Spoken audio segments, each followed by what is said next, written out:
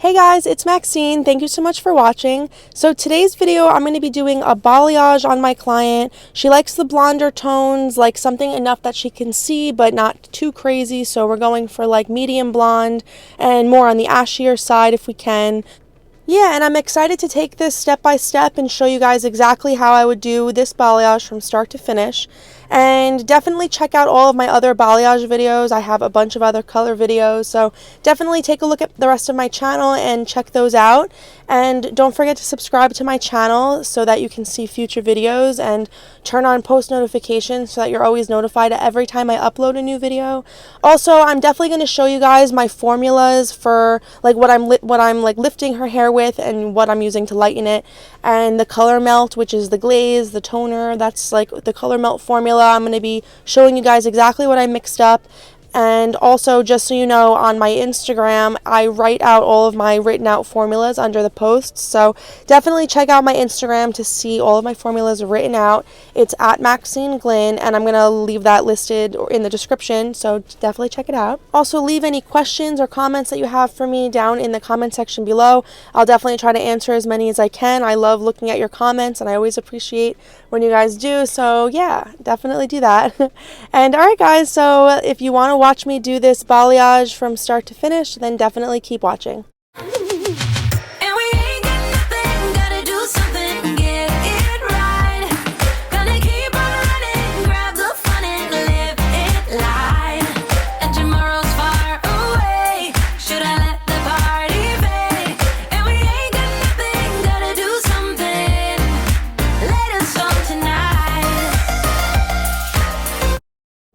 Okay, so I have mixed up for the lightener Matrix Light Master, and I mixed it with 30 volume, and I like to do like a more of a medium consistency. I definitely like it thick enough that it does this peaking type of thing as I'm dropping it into the bowl. It like keeps its shape somewhat, and I definitely like that it's like thick enough, but also I hate when it's too runny, so something in the middle I think is perfect.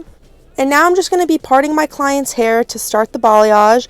And this is an example of a client that came in with side parted hair, but I asked her, where do you usually part your hair? Do you go on the side like this, or do you go either way with it? And she said that she went either way with it. So that's why I said, you know what, let's do the balayage in the middle part. That way you can go either way with it and it won't matter. So that's just like a little trick that I have. In the middle part, if you do the placement, it should go nice and even on both sides, or however they end up wearing their hair. So yeah, I'm parting her hair in the middle, and I'm sectioning it from the crown to the back of the ear, and then just kind of clipping off the sides. And the first section that I'll be starting with is the nape, which I like to start in the nape because that's the very first section that will be finished when it's done processing. So then you can lay the client comfortably back into the sink and just rinse that like first section off. And now with the first section, I'm taking about a 1/2 inch slice. I want it to be thick enough, but I also want to still kind of be able to see through it. And I'm saturating all of the ends as much as I can, like halfway down the strand. I just like to saturate the ends first to get it out of the way, and plus I feel like it helps me hold the hair in my hand. And with long hair, you see how I kind of like fold it up and I hold it in my hand with long hair. That way the ends aren't like flopping all around. And I'm making my shape with the brush right now. I'm doing like a V shape, so I'm not worrying about blending this first, you know, starting off. I'm just making the shape, and then I go back and start back combing up with my color brush, and that's when I start to do the blending. But always to start off, I just make the shape and then go back and start combing up with the brush. This really helps like with the blending, just back combing up with the brush. And then I always flip the piece upside down. I feel like that's super important to do. Like, don't ever forget to do that, because a lot of times when I flip the piece up, it's like really harsh like looking underneath. So feathering all of the underneath, it really helps the seamlessness of any balayage. So yeah, after I feather it from the underneath, I lay it back down regular, and I fix up a couple of little spots that might have got messed up. And then I lay it in the foil, and I stick all of the ends to the end of the foil, and then that's usually the part where I wipe off my hands. I don't always show it, but I wiped off my hands in that spot, and then I sandwiched the top foil over. And now I'm on to my next section, and I did about an inch section. I skipped like an inch, and Now I'm leaving like a slice out in between, so now I'm taking about a half of that, so half inch, and taking about half of that into a slice. And I'm doing the same thing. I'm saturating all of the ends from halfway down and completely saturating it as much as I can. And then I'm going to fold it up into my hand so that it's out of the way and it's not flapping around and getting everywhere. And then I'm going to make my V shape with the lightener. And the same thing like I did in the last slice, I do the V shape with the lightener, and then with the brush I'll back comb and feather all of the lightener up towards the roots. And this goes for the same thing, like if I do a W shape. W shapes are maybe for more wider pieces, maybe for darker haired clients. Like there's a lot of different reasons why I would do a W, but right now I'm just doing like a V or a U kind of shape, but I'm still feathering up in the middle. But yeah, and then I'm going underneath and I'm feathering out the underneath as well. I never forget to do that. It's super important. And yeah, I'm just doing like the same shape underneath, and then I'll sandwich it in the foils. I just found that like this technique of putting the lightener on the ends first and then making the shape and then feathering it up just, turned out to be like the easiest way to do balayage for me, and also the quickest. Like when I first started doing balayage, it takes like a little longer when you're like learning how to do it, but I've been doing this for like years and years and years now, so at this point like I do it really fast. But like this is just the technique that I started doing, and I'm like, oh, okay, like I got this, like I'm putting this on super fast. So if you're looking to do a faster balayage, like try this out, But also, this isn't the only technique I do. I do a lot of different techniques. It depends on the client's hair. It depends on what kind of color they have, what their goal is. Like, if they want to be super light and they have super, super dark hair, I'll probably do like a TZ balayage. There's a lot of different techniques that you can do, and it really depends on the client. It's all custom, But on a lot of clients, especially with virgin hair, like my client that I'm working on right now has virgin hair, so it's going to lift like no problem, you know what I mean? So that's why I'm not doing a TZ balayage, and also I want it to be seamless in a different way. Like sometimes when you do a TZ balayage, it's just a different type of seamless. I don't know.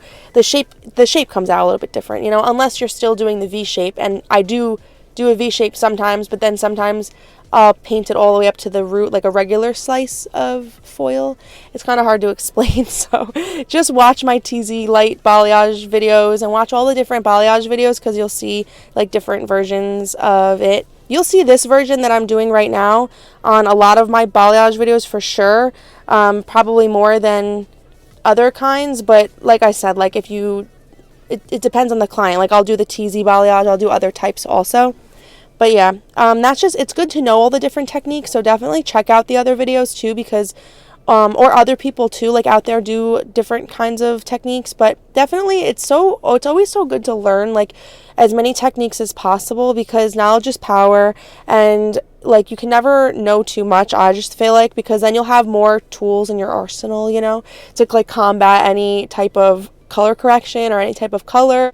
But yeah, it's good to know a bunch of different techniques, because when you come across like a certain color correction that you're like, let me do something stronger, let me do something that's really going to pull this color out. Like it just, like it could really be useful like to know a lot of different techniques. But this technique that I'm doing, I usually mainly save for like my more virgin hair clients, my more like natural type of balayage, like when I really want it to look like super naturally lightened by the sun type of balayage. That's like what I'll use this technique for. And also, like if they have a lot of color buildup on the hair, I might do more of a TZ balayage. Like this girl has virgin hair, so I don't have a lot of color to like fight through, so it's going to lift perfectly past any warm tones. So yeah, that's, there's a couple of reasons why I picked this technique. And also I feel like on really, really long hair, I like this version because it keeps more dimension in the hair. You see like the long V shape that I made, it keeps a lot of that dark natural color still in the middle, and there's no correcting of color that I need to do in that spot that I left out right there in that slice. So yeah, it keeps like more dimension in the hair of a natural color. Sometimes though, if they have color buildup and they have a big line down the friggin' middle of their roots and all that, like an inch down, like you can't leave that piece, that big dark piece, uncolored. Like you have to do something there. You have to do like a low light, or you have to feather the lightener all the way up to the root, or like there's other things. Like it really depends. Every client's different color corrections. Like I can't stress that enough. But in this client's case, like there was really nothing to fight through. So yeah, it gives you a little bit more room for, just the painting of the freehand, freehand painting.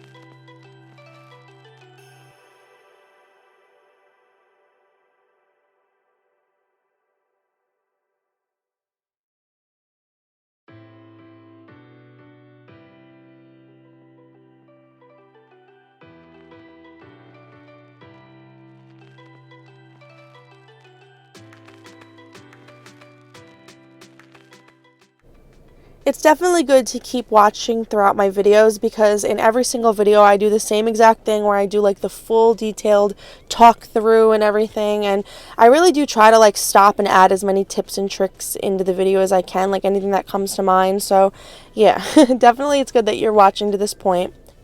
But now we're at the crown of the head, and you can see it's a wider section. So I'm just taking the one section, even though it's wider, because I want the shape of the balayage in the back of the head to be that like V, so that it looks like that halo in the back. Like if you look at balayage pictures, you'll see how it's like darker in the back, and this is how I'm going to be doing that. So it looks like the dark shadows are dropping farther in the length. And yeah, so I'm just taking the one section back wide and making my shape, feathering up, but the V shape going this way in one slice back on like this crown area, it just gives you like that really pretty shape. And then when you do the face frame closer to the roots, it gives like that nice angle where it's like lighter in the face and darker in the back, and just the angle of the balayage just looks really, really pretty and seamless and natural. Like it really does look naturally lightened by the sun, because this is the way that the sun would naturally lighten it. Like the sun always naturally lightens it closer to the hairline and the part, and anything in the back maybe isn't as exposed to the sun as much, so it definitely would be darker naturally. But yeah, I wanted to show like an up close of me feathering this up and then going underneath, sandwiching the two foils, and then after this section I'm going to be doing one more slice in the crown and then moving on to the side.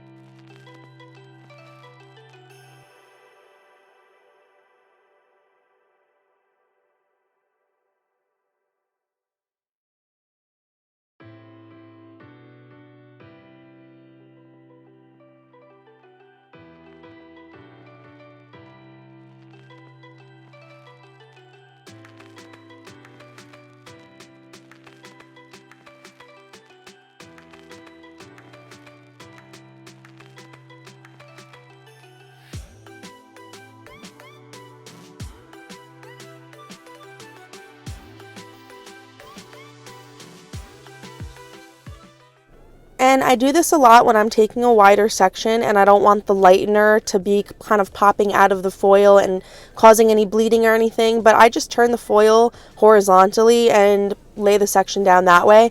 Yeah, it doesn't have to be like nice and neat and perfect. It doesn't really matter. Honestly, it's all gonna lighten the same, but I just layer the foils on top of each other horizontally like that, and that way you don't have to worry about like fitting the slice in the foil and like causing more work for yourself than you have to, really, because like if this slice would have been split into two, that would have just been taking longer to apply the balayage, and also then you're kind of leaving it up for your imagination on how you're going to be like applying the lightener to make it look like that like halo that I was talking about before. Like you would have to put like you would take the one slice and you would paint, like if you're painting the left slice, you would paint the left slice of the hair, and then towards the right side, you wouldn't paint all the way up towards the roots. Like, it's just a little bit different of a technique if you were to split this into two, since you want that halo to be lightened a certain way. So this just makes that easier, and you don't have to worry about imagining it. You can just see it right there in front of your face, and then use the horizontal foil to put it in the foil so that it's not getting all over the other hair. You know, you definitely don't want to leave any exposed lightener out, because that's when you run into problems with like spotting and blotchiness and all that. So yeah. But now we're on the side of the head, and I really love to do the face frame like nice and bold so that they could see it. And every client's face shape and head shape is different, but the first section of the slice that I take in this part is usually at or around like the temple area. Sometimes it's underneath the temple, sometimes it's over it, sometimes it's right at the temple like I'm doing right now. It just depends on how how the shape of the face is, and you know what I mean, how close the temple is to the part. Like, it just depends on everybody. But yeah, I'm just taking the first section around the temple area. And when it comes to the face frame, the sun naturally lightens the hairline like really close to the front, so I just do like what I was usually doing on my other slices, on the top, underneath, but also you want to feather like the very front of it too, so you kind of want to have the lightener like circling around it 3 times, you know what I mean, top, front, and underneath. That way you'll definitely have a super nice bold face frame, and then when they pull their hair back, it looks super like glistening, you know what I mean? Like, it looks really natural. It doesn't look stripey at all. You definitely don't want to give a client like stripey unless they absolutely want stripey, you know what I mean? Like if they're doing a color block bang or something like that. And I actually have a color block bang video on my channel. If you want to check that out, I will link that in the description. But yeah, I'm just going to keep going on this whole side of the head all the way up to the very front face frame and feathering it up the same way like I did all the other slices with the V shape and blending it up towards the root.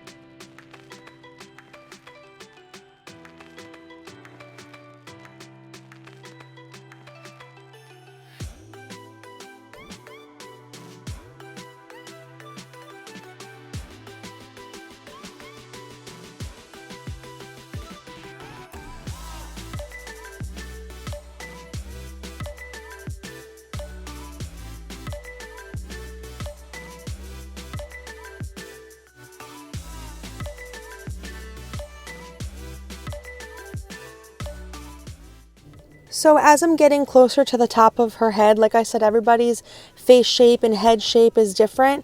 And these sections that I'm holding up now are a bit wider. So now I'm kind of moving away from the V shape into a little bit more of like a W shape. You'll see it in a second. Like the middle of the strand where I do like the V, I'll just go up in another little stripe, just to make like more of a W shape. I feel like that really does help to keep the dimension or add that like sparkle of like highlight in the middle of the dimension of a wider section. So yeah, sometimes if it's a wider section, I do start to bring in like the W shape. So that's what I'm doing here.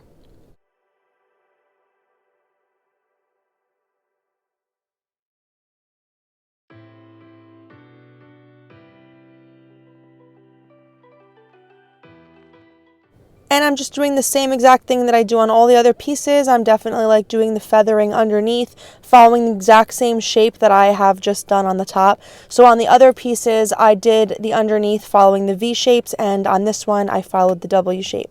Just to make sure everything's nice and blended underneath, because if it's not blended, it's going to lift that way, and you don't want it to lift like really harsh or anything. So yeah, just always blend it out to be safe.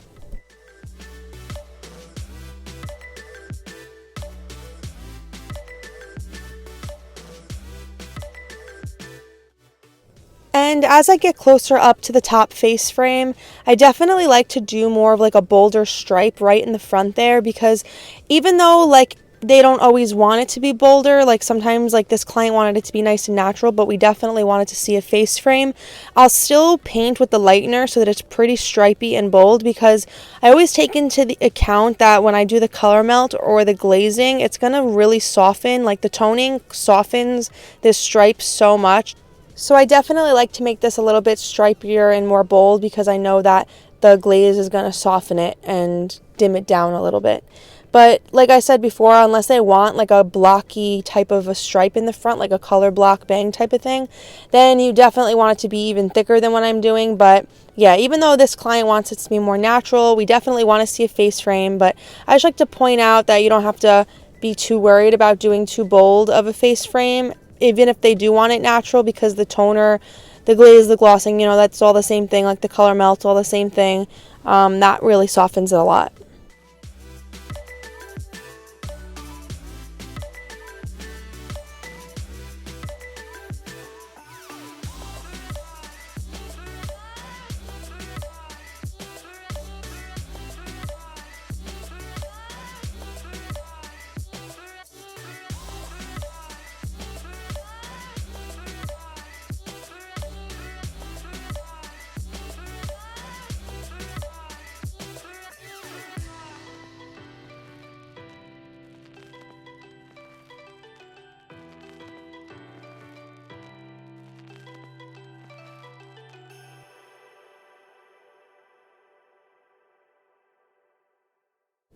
I sped up this part of the video of me doing the side of the hair, just because I didn't want it to be like boring to watch and you have to watch like me paint the same piece over and over again, you know. But this is the very last slice on the top of the head, so I slowed it down a bit just to show you guys like a better angle of the W shape. And yeah, like saturating this piece just the same as I did all the other pieces. So this definitely lifts nice and pretty blonde, so it's nice and saturated. You have better control of like lifting when it's super, super saturated. So yeah, I'm just painting from halfway down the slice of the head, and then I'm folding it up into my hand. So like on all the other pieces, I did the same exact thing, but this is a little bit better of a view, so I wanted to show you. But yeah, so I folded up the hair in my hand so that it's not flapping all around, and doing a very bold face frame, even though, like I said, I don't want it to be bold in the after like results. Like I want it to be a face frame that you definitely see, like it doesn't totally disappear into the hair, but when I'm painting the lightener, like I'm doing more of a bolder face frame just so that we can definitely see it later. And yeah, so I start off by doing the very front stripe, and then I move on to the back stripe, and then I just feather it all up, and I'll feather up in the middle as well. And then I flip the piece upside down and I feather all of the underneath. And then I'm going to sandwich this into foils, and I'm going to be sandwiching using like a horizontal foil, just because it's obviously like a very wide piece. It's not going to fit into the foil if the foil was vertical. So you can see the slices underneath, like the balayage piece that I just did, like there's a horizontal piece there. So yeah, I'm just going to tuck it away in a horizontal foil, and I'm going to let this whole thing process. I'm going to check the back of it first because the back has been processing for a little while now. So I'm going to check it first, and then I'm going to rinse the back section out first, and then I'm going to let it all sit for about 15 minutes and then check it after 15 minutes.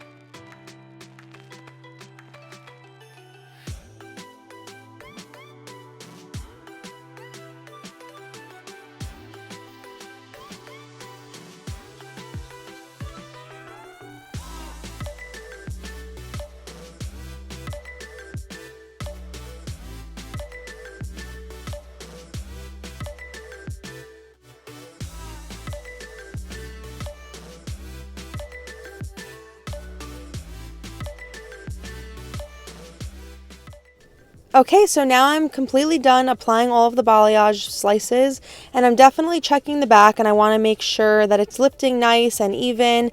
And I'm looking at it, it's really pretty color, it's lifting really nice, but I still see orange tones, so I want to let this sit and process, and I can see the orange tones on the end a little bit, and I want to pop her under heat just to give it like a little bit of a bump in the right direction away from all of those orange tones. And so I'm going to be folding the ends up. This is just something I like to do sometimes if they have super long hair, like in this case. I like to fold the foils up and clip it and then pop her under the dryer. Folding the foils up and clipping it just helps the ends be a little bit heated up by the dryer. But I just like to point out that I know the dryer with lightener, like heat with lightener, is kind of controversial in the hair world. I just like really think it's a necessary tool if it's used with caution, obviously. So if you're a beginner, I would just take that lightly, like maybe don't use heat at first, or really check them after like 5 minutes or something. But I think like as an advanced colorist, like it's definitely a necessary tool to use at times, especially if you want to give your client the goal that they're wanting, like if they don't want to see brassy tones, and if you want to give them like those transformations. And yeah, so I'm folding up the ends, popping my client under heat, but like I said, just use it as caution. If you're going to use heat, use caution.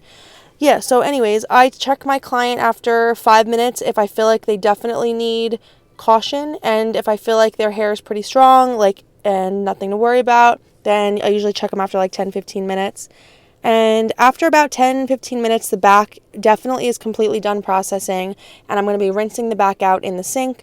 And then I might let like the sides sit a couple minutes longer and then check those again and then rinse it out in like sections, you know what I mean?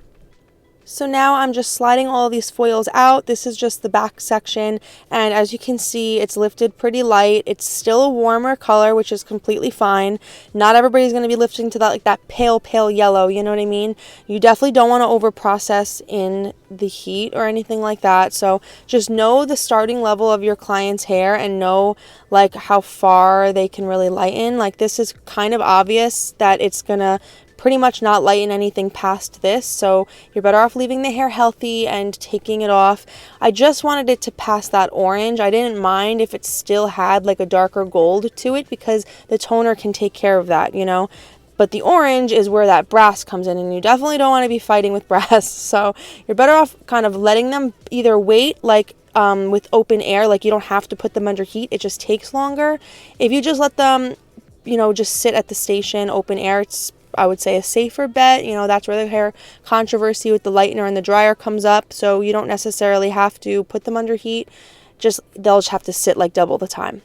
But anyway, so I'm mixing up her color melt now while the rest of it is processing, knocking two birds out with one stone, you know what I mean? So I'm mixing up her color melt now, and the color melt formula, I'm using Demi, which is Matrix Color Sync. This is Demi Permanent.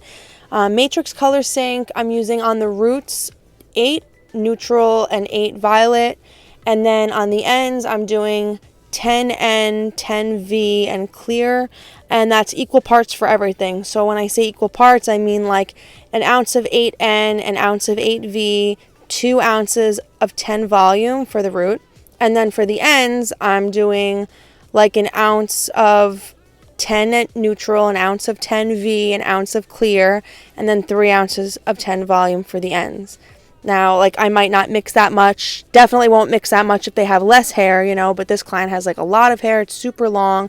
I charge for the extra color if you need to mix it and stuff, but definitely you're better off oversaturating. That way you won't have to worry about this not coming out good and it's blotchy and all that, But yeah, so that's my formula, and it's the color melt. So the roots are darker. That's where the level 8 comes in.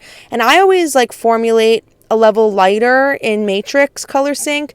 I know in Redken's Shady Q, you definitely don't have to do that. It's like way transparent enough just to use the level that you want it to end up being. And Matrix is pretty good like that too. Like, it's true to its swatch and everything. But I just like to take a little bit of caution and make sure that I'm not going to be going too dark. So I like to bump it up a little bit of a lighter level just so that it gives me some room to like apply the color, let it sit on. I don't have to worry about like taking it off right away. Like, I can let it sit on for 10 minutes and like do its thing, So I'm using a level 8. And that's because I want it to process more like a level 7. Like, I'm expecting it to pull closer to level 7 on the root. And I'm using a level 7 technically. Like, I want it to be level 7 because her natural color is closer to like a 5. So it's going to help like that color melt, like the dark to the light. So her natural color is going to melt into the level 7 root that I'm applying. I'm applying level 8, but like I said, like, I'm intending it to look like a level 7. And then that's going to melt into the level like 10 that I'm going to be applying on the ends. And I mixed the 10 for the ends, mixed that with clear because that helps dilute the 10 a bit and bring us a little bit more into a level 11. That way it won't darken the ends too much. Like, I don't want the ends to look like a 9. I want the ends to look like a 10. So I'm putting clear in the 10 to make it lighter. That can be kind of confusing, but like I said, if you bump it up a lighter level, you don't have to worry about getting too dark. Like, if I didn't have time and I wanted this client to only sit for like 2 minutes at the sink on wet hair, I wouldn't bump it up a lighter level. Like for example, if I wanted somebody's like color to look like a level 9 and I didn't feel like waiting for like the 10 minutes and I just wanted them to process in 2 minutes at the sink, then I would use a level 9. Like, I would use something darker because I know that it's gonna pull closer to my goal. But since I want it to sit for 10 minutes and get that shine and just process all over and really get like that color melt, I want it to sit for 10, and that way, to play it safe, I just like to bump it up a lighter level. And also, like, if you can tell the roots are a little bit warmer, that's why the level 8 really is important on the roots. Like, a lot of times with dark hair, people, like, their roots won't like lighten as well because you're feathering the lightener up to get that nice color melt like vibe, with the lightener. And a lot of times, because it's not as saturated, it doesn't pull as light as the ends pull, so it stays like a little warmer. So doing a darker level at the root just helps to completely erase that. So that's another thing that I like to point out. And then another thing too, I always apply my glazes on damp hair because you definitely have way more control with the saturation, so you can get this applied like super fast and it doesn't have to process at different times. Like right now, this color that I'm putting on is already beginning to process, and now I have to like rush to get to the other side so that it's all processing at the exact same time and it's going to end up being the same color. So keeping it damp like really helps with saturation so you can get it on like super fast. but also it helps the control and to make sure that it doesn't get too dark. Like I was just explaining, bumping it up a lighter level helps control so that it doesn't get too dark, but also keeping this damp while you're, letting this color process is also adding a lot of control, because if you were to do this toner, this color melt on dry hair, it would definitely take a lot darker than it's going to take doing it on damp hair. So yeah, if you want more control with that, definitely doing it on damp hair is good, but it doesn't apply to all colors, obviously, just for the glazing.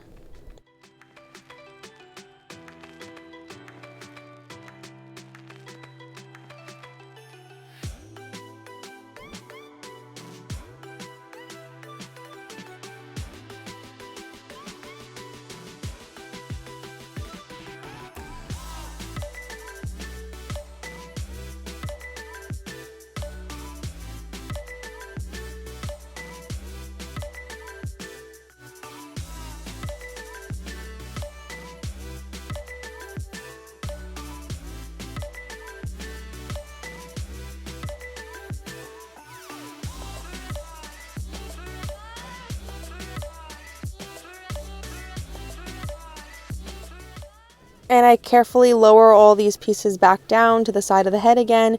And I just like to point out on the very front of the hairline, like right in the face frame, I'm only applying the color about a 1/2 inch, and then it works its way down to about 1 inch. But then the rest of it in the back, I drag it down like kind of all the way to the ears. So that's how you get that nice angle where it's like shorter in the front and longer in the back. That's going to give you a really, really nice like color melt, like vibe where it's like brighter and blonder in the front and darker in the back. It always turns out really nice and natural, like it was lightened by the sun when you do the color melt on an angle like this.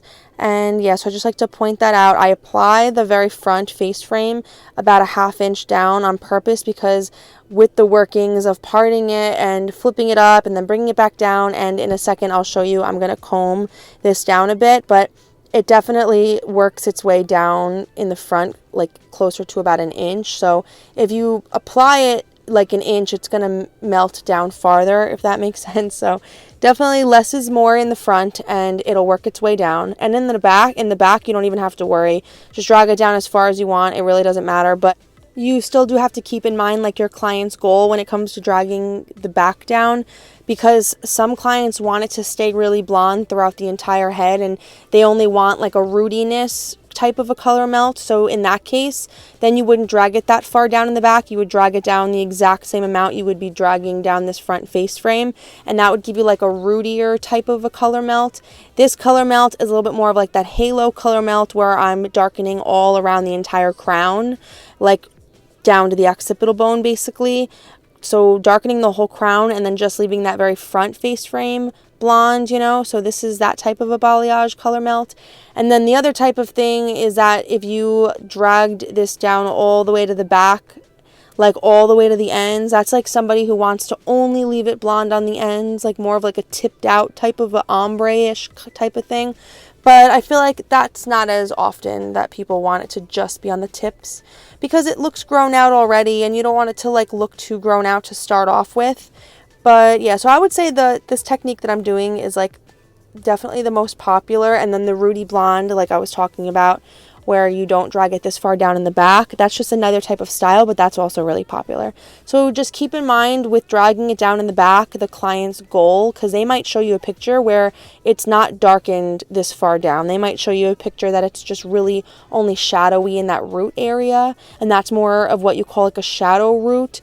Color melt is like what I'm doing, but it's basically the exact same technique. You just don't pull the roots down as far. That's the only, I feel like the only difference. Color melt is like this, where you drag the roots down kind of far, and root melt is like the same, or shadow root is the same exact thing, but you don't drag it down as far in the root. Yeah, so definitely just keep in mind like your client's goal, but this is how I'm doing this balayage today, is doing this like color melt where it looks really nice and naturally lightened by the sun. And the sun always lightens it like brighter in the front and in the face, in the hairline, and brighter on the ends.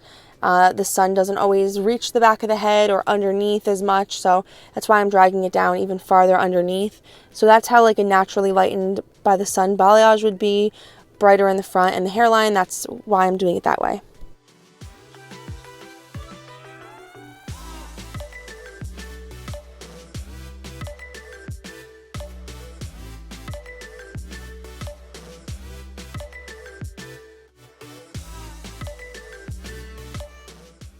And now I'm just taking my wide tooth comb and I'm really carefully combing this down, and I'm not dragging this down all the way to the ends because I don't want the dark color to touch the ends. I don't want it to get any blotchiness or bleed marks or anything like that. So I'm just combing over this line of demarcation to help feather this color down a bit.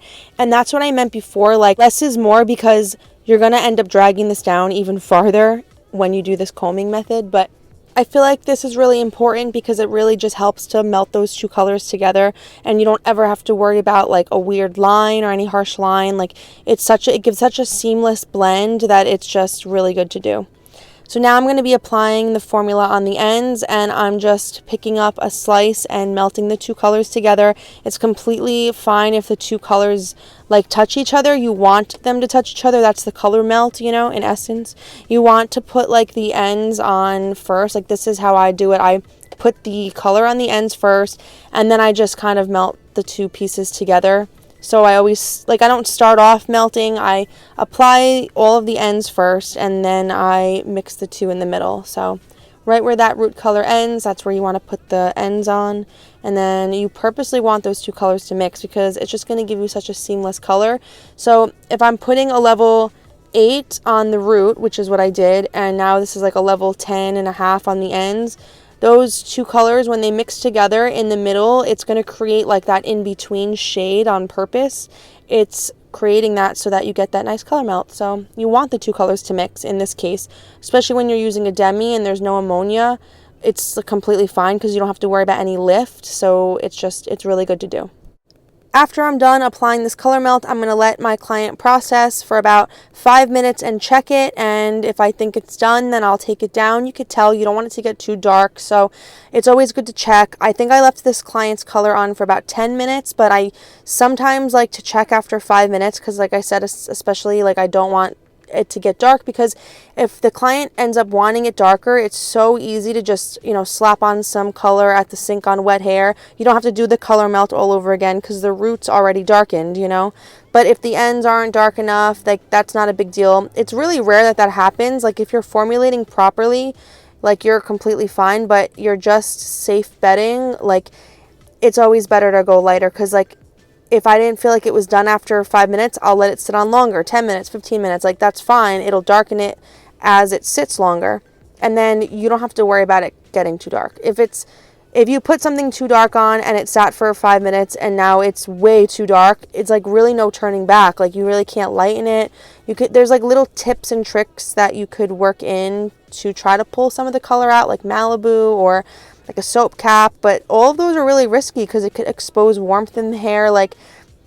So thankfully, I said, it's pretty rare that. It never happens to me where I have to go darker. It's usually always the perfect color. Thankfully, when we're doing the blowout, it comes out perfect. But in the rare event that it needs to go darker, it's just a lifesaver when you only have to go darker and you don't have to go lighter, if that makes sense. So it's just a kind of a safety thing, but yeah, like I said, if you're formulating correctly, and you know your client's starting level, you know the goal level, you know the porosity of the hair, you know the level that it lifted to. It's a lot of different measures that you have to take into account, but if you're formulating properly, you don't have to ever worry about something going wrong. But yeah, I let this client sit for about 10 minutes, but I checked her after 5. And yeah, then I'm going to be ready to shampoo her hair once this all is done processing. I shampoo it with a color treated shampoo. We usually have either Redken Color Extend or Matrix Keep Me Vivids at the at the sink. And then I like to condition it with something super hydrating. I love Balayage Hydrosource Detangling Solution. That's the conditioner we usually have at the sink, but thank God, because I love that. And then I also use that as a hair mask. So whenever I feel I want to pamper myself and, have a hair mask on, or whenever I want to do that to my clients, I let my clients sit with a conditioning treatment. We have a couple of different options of conditioning treatments in the salon, and I definitely use those for my clients for sure. But then there's also just just, letting them sit on with a really hydrating conditioner. That's super beneficial, I feel like, especially just for anybody. So yeah, I love doing that. And like I said, just gonna, after this is done processing, shampoo, condition, and then bring her back to my station for the final reveal.